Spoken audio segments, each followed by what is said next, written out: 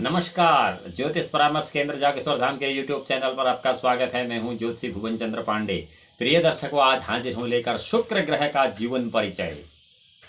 शुक्र ग्रह आपकी जन्म कुंडली में उच्च के हैं, कोई दिक्कत नहीं। शुक्र ग्रह आपकी जन्म कुंडली में नीच के हैं तो भी कोई मतलब नहीं।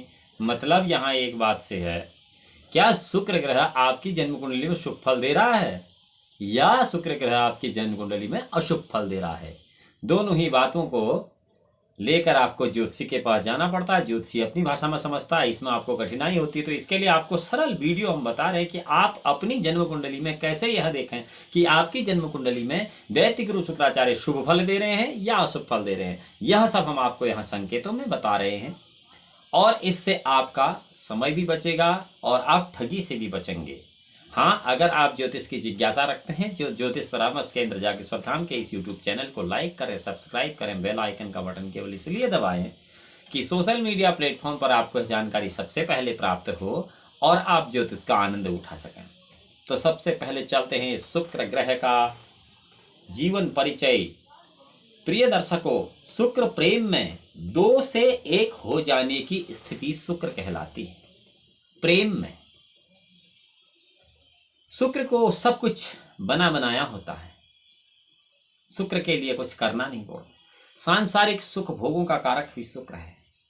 आपके वाहन का सुख भी शुक्र है। स्त्री की कुंडली में शुक्र का संबंध पति से है और किसी पुरुष की कुंडली में शुक्र का संबंध उसकी स्त्री से है। शुक्र का संबंध पत्नी से है, शुक्र का संबंध लड़कियों से है और लड़कियों की कुंडली में शुक्र का संबंध लड़कों से है। शुक्र अकेला स्थित है अगर आपकी जन्म कुंडली में, तो कभी भी वह अशुभ फल नहीं देगा, कुप्रभाव नहीं देगा। अकेला शुक्र पारिवारिक सुख में भी किसी अन्य का बुरा नहीं करेगा। शुक्र और राहु का संबंध अगर आपकी जन्म कुंडली में है तो लक्ष्मी और पारिवारिक सुख समाप्त हो सकता है। लक्ष्मी का सुख यानी कि दरिद्रता आ सकती है और पारिवारिक सुख समाप्त हो सकता है। शुक्र शत्रु राशि में हो तो उसके बराबर वाले भाव में राहु स्थित हो तो शुक्र राहु की युति या संबंध वाला फल होगा।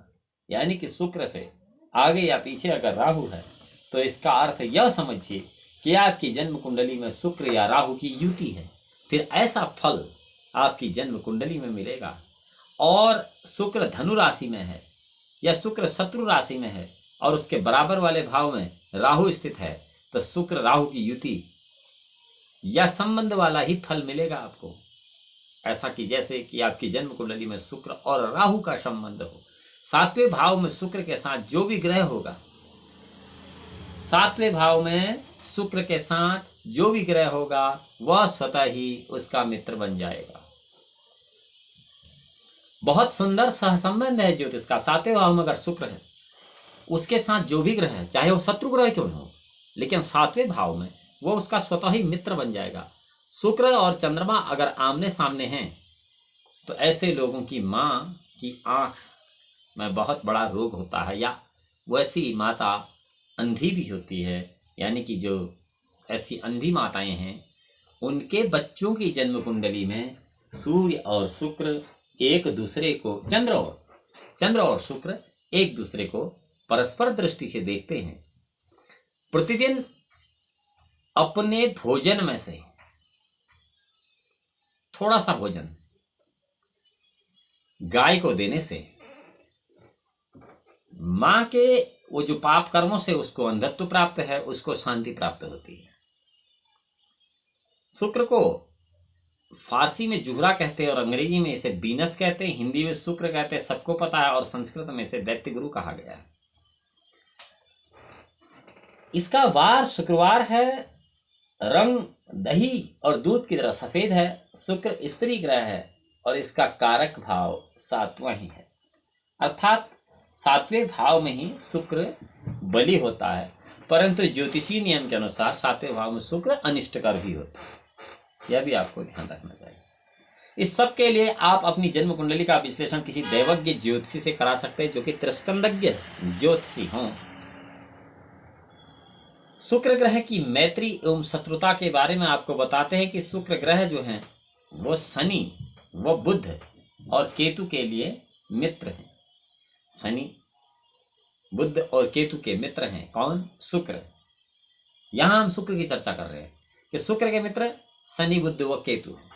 सूर्य चंद्र और राहु यह शुक्र के शत्रु हैं। सूर्य भी, चंद्रमा भी, राहु भी, यह सब शुक्र के शत्रु हैं। मंगल और गुरु को शुक्र समभाव से देखते हैं,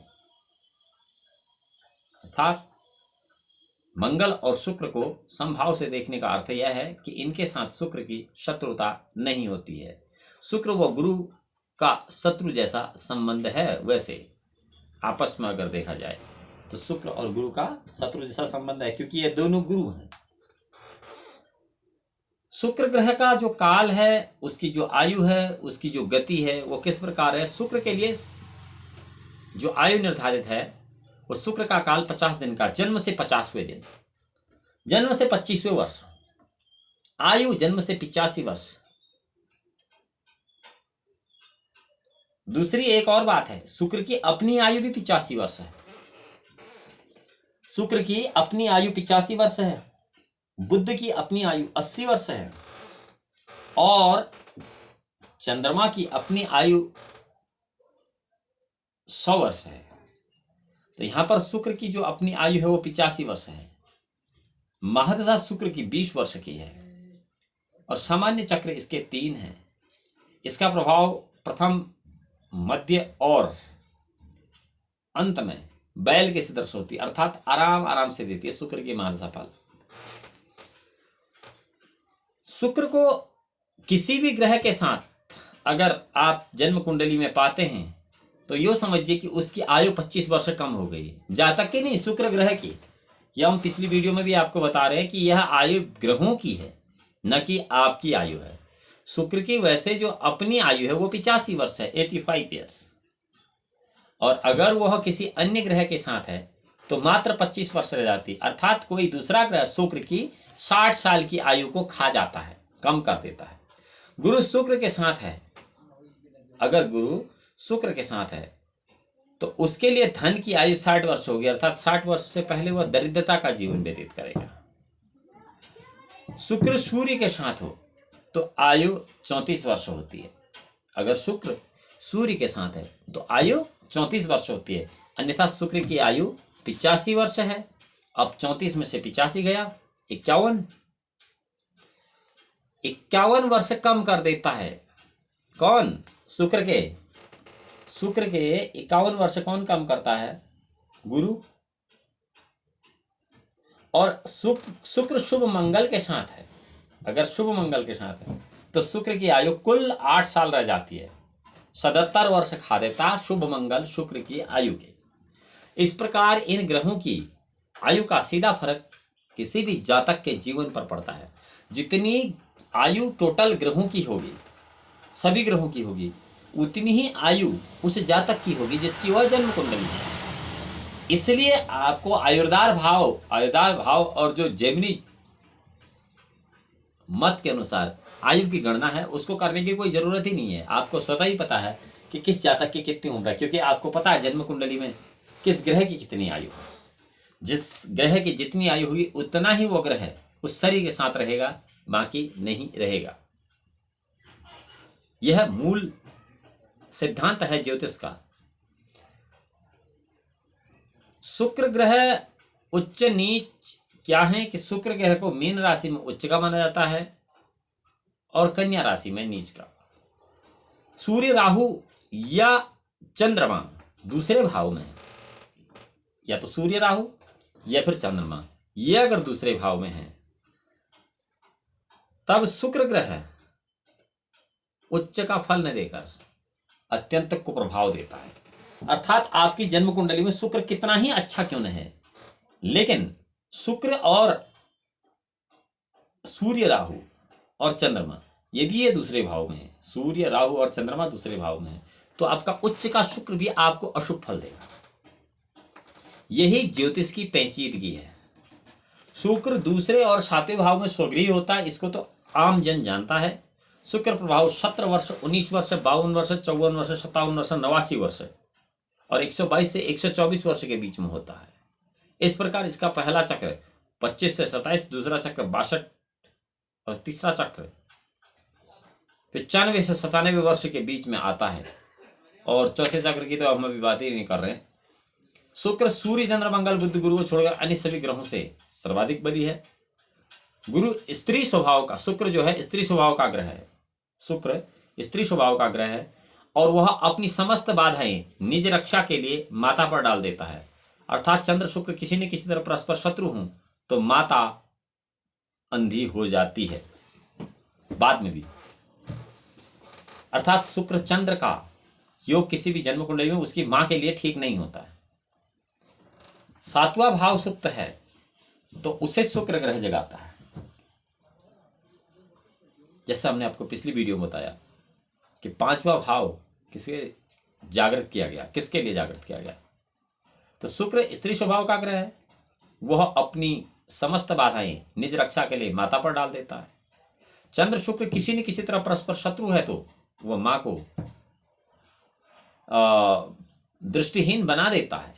शुक्र के अगर आप एक वर्ष के 3 खंड करें 4-4 महीने के, तो प्रथम खंड में 4 मास तक शुक्र जो है मंगल के फल देता है और द्वितीय खंड में 4 मास तक अपना प्रभाव देता है और तीसरे खंड में 4 मास तक बुध ग्रह का प्रभाव देता है। यह दैत्य गुरु शुक्राचार्य।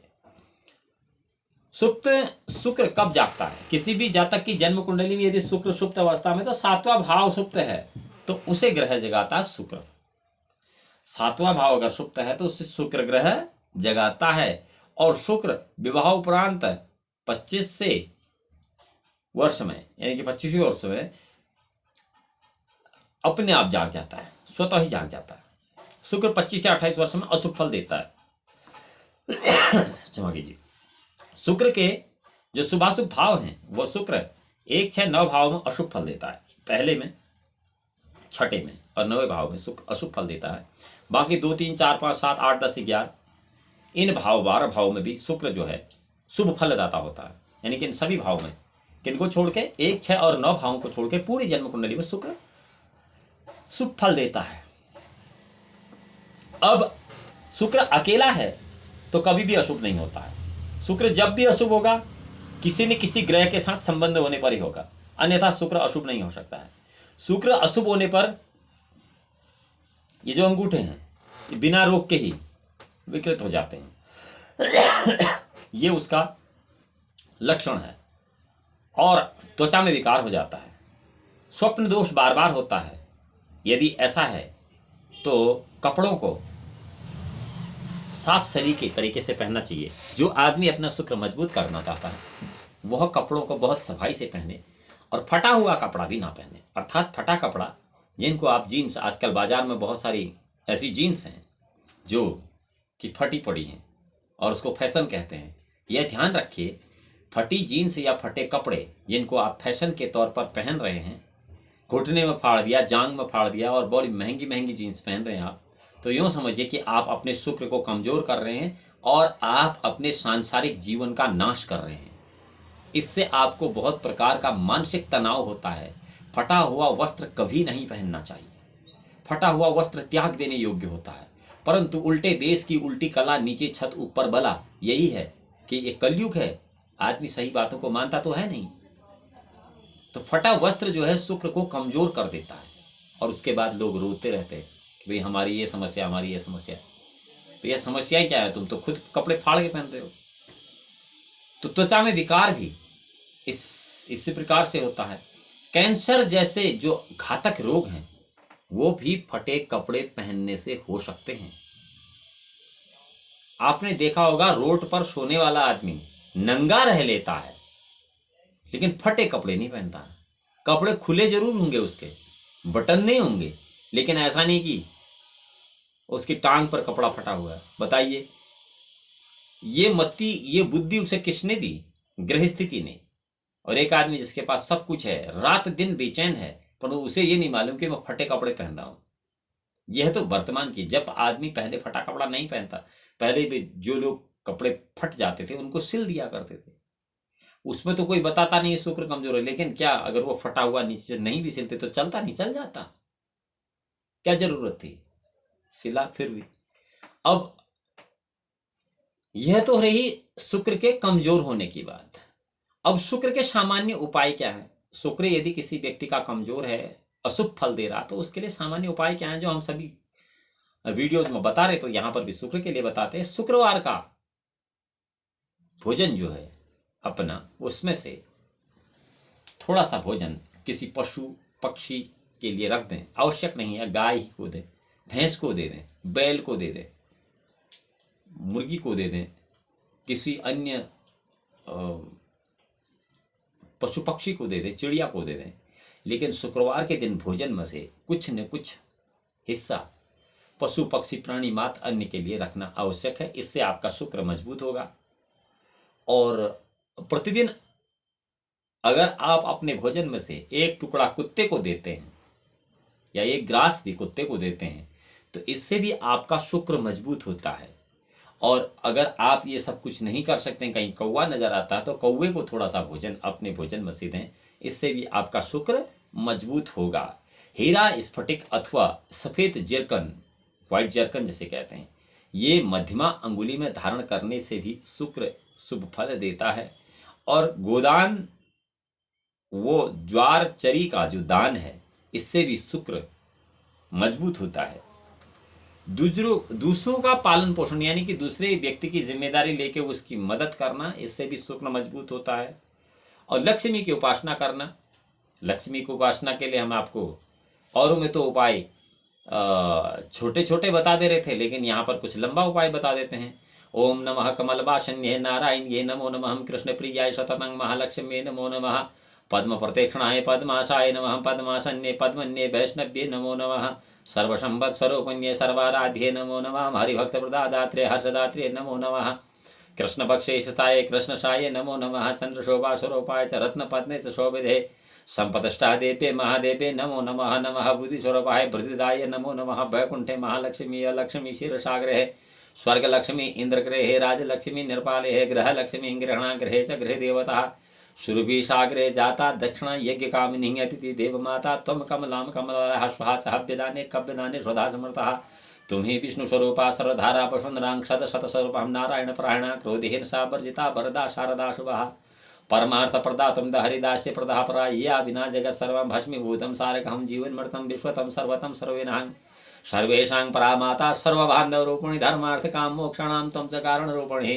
यथा माता स्तन्धानां शिशूनां शश्वे तथा तथा तं माता सर्वेषां सर्वरूपतः मातृहीनं स्तनसन् सज्जीवति देवतो त्वया हीनो जनिकोऽपि निजीवति निश्चितं सुप्रसन्न स्वरूपां प्रसन्नां भवाम्बिके वैरिग्रस्तं विषयं देहं यां शुनादि त्वया हीनो बन्धुहीनस्यं भिक्षुं सर्वसम्पद्भिहीनस्यं तावद्धि भरिप्रिये ज्ञानं देहं धर्मं सर्वसौभाग्यशुभं प्रभावं प्रतापं सर्वाधिकारं जयं पराक्रमं यद्दे परमेश्वरमेव सः।